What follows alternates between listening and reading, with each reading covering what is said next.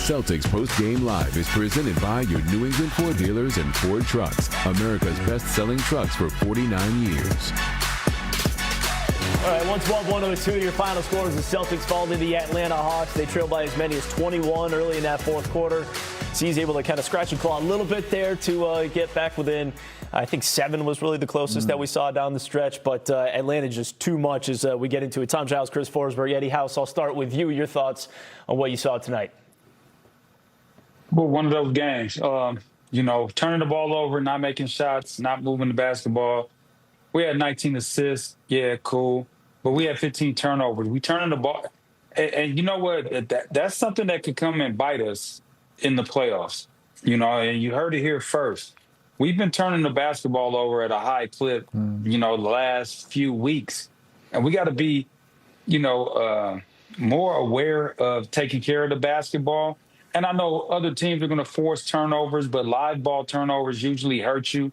And we've had a lot of live ball turnovers. We've had some turnovers to where they were unforced, to where we forced them ourselves, making bad plays and things like that. But, give credit to Atlanta. They came out, they played hard. They know exactly what happened the last game, and they didn't want it to happen. They're playing for their playoff lives. Yeah. So at the end of the day, you can't get mad at what's happening. I'd love to crumple this one up and just say it's like schedule loss and all that, but no, Celtics were just bad for long stretches of this game. JB clearly had rust out of the gates, the turnovers, like the blown defensive assignments. Joe spent better part of a quarter screaming at Ugo and Amari about being out of position and felt like they didn't certainly nothing about the third quarter was good either. So, look, when Charles Bassey has the coolest sequence of your night, probably not going to tip your way.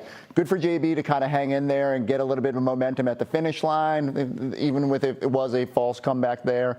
And they just got to kind of move past it. But, yeah, I'm with Eddie. There's some stuff they got to clean up. Haven't forced a lot of turnovers recently. They're turning the ball over too much. Some of that margin stuff that Joe really cares about, they've got to just get a little bit better. And yet, when they have the full complement of players, it's a little bit easier. On the flip side, Atlanta had 6 guys in double figures in this one, and that's how they snapped the Celtics 3-game win streak. So 2 down, 2 to go here on this road trip. They got Miami Wednesday before Milwaukee on Friday. Let's get back out to the 2 guys that called the game tonight, Drew Carter, Cedric Maxwell.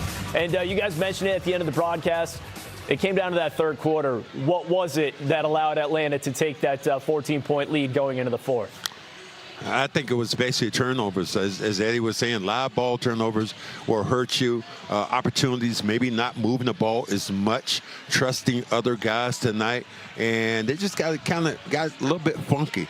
We saw Garza was really good in attacking and going towards the rim, but not enough of that in that third quarter where they needed to solidify things. And we talk about another thing we didn't talk about, second night of a back-to-back with a team. And where does it normally show? It normally shows itself in the second half, in the third quarter where legs start to get a little tired. Yeah, I thought the Celtics played okay in the first half to have that game tied at halftime. But like you said, Max, the third quarter certainly the difference. And the Celtics with 15 turnovers, maybe a number that is above their season average, but might not jump off the page. But it's about the live ball turnovers where the Celtics have been by far the best team in the league in that category. Atlanta's a team that will crush you if you give them the ball and it's live. I truly believe that, Willie.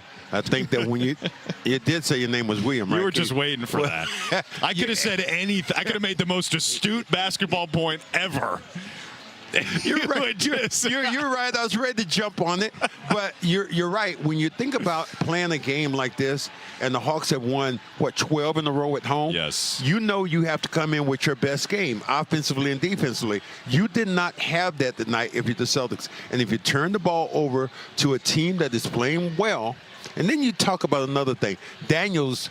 Out of the blue, hits 2 threes, and you said he's shooting 15% right now from the three-point line. So there were some things that happened really well for the Hawks and not so well for the Celtics. Yeah, and, Jaylen Brown, even though he did have 2 games off, I really feel like he struggled with Dyson Daniels tonight. And maybe it's rust. Maybe he's not feeling 100%. I don't know what it is, but there's no shame in that. Dyson Daniels is a first-team all-defense type of guy. But we've seen JB be much better than that pretty much every game. He tries to will himself. Yeah. And tonight couldn't will himself because they were sitting back waiting for him to do certain things. Luka Garza helped him out where it's insulated them by, maybe moving the basketball, him knocking down threes. But other than that, there were a lot of times they were very stagnant in what they were doing tonight. And it tells you what kind of season Jaylen Brown has had, that we're saying it wasn't, a good night for him when he had 29, 10, and 9. He didn't shoot it well. He did have some turnovers. But, look, Giles, I wish I could have called a win with my buddy Brian here in Atlanta. But couldn't wait for that, could you? Nah, you're going to get that middle name in somehow. I could have made the most astute comment, and you're coming back, because you are I'm gonna get you back, dude. That's who you are. Thank you. Yes. All right, fellas, that's who I am. Thank you so much. Appreciate it. You brought up Jaylen Brown there. He was 9 of 29, made some shots down the stretch to kind of close the gap. But Celtics fall in this one, 112-102 your final score. Now 50-25 on the season. Atlanta moves to 10 games above 500. Yeah, so that's one of those live ball turnovers. Yeah, I don't like that. I don't like showing that. We had to have one steal that we could have showed that we did. I don't like seeing the other team get no steal and all right, go down and have a bucket. I'm sorry. But to your point, Not Eddie, sorry. To your point, this came down to live ball turnovers. We've talked about it at length already, so let's go through that third. Do we have to? Yeah, we do. Celtics fall in this game, and why was the difference in the third, where they were outscored by 14 points. And you take a look at some of the plays that you saw from Atlanta and some of the missed shots that you'll see from the Celtics coming up in a little bit here as well. But Chris, then I'll start with you. What did you think really changed? Honestly, I just thought it was weird. I thought the Celtics, after they turned the ball over so much in the first half, they'd kind of go into halftime and be like, man, it's a miracle you're still within the tied game coming out of the half. And instead of turning it up a little bit, they just went the other way. And I thought the defensive intensity was lacking. I mean, just wandering away from shooters. And I know Amari Williams hasn't played a lot, and he's getting thrown into a tough position here in these minutes, but just everyone was a step slow. They just lacked the sort of pizzazz, and maybe that should be expected on the second night of a back-to-back. But Atlanta got wherever it wanted. It made the Celtics uncomfortable on the other end. And when Mr. 15.5% is knocking down threes, good luck. And that's Dyson Daniels you're talking about there, who was 2 of 3 from behind the arc. That certainly helps their case, as Atlanta was 15 of 38 overall. Meanwhile, you take a look at the Celtics were 5 of 20 from the field in that third. And again, it's the missed shots, the turnovers, all leading to easier buckets for Atlanta. And as we go through some of that video, Eddie, I guess what I really want to know is, was this more about the job that Atlanta, was doing defensively, or the Celtics just not having it tonight? Or a combination of both? Yeah, I think it's a combination of both. I think that we just didn't have it. We were step slow, like Forsberg said. We didn't have our full squad. Nimi wasn't out there to get some of those rebounds, because they were getting offensive rebounds that Nimi normally would clean up.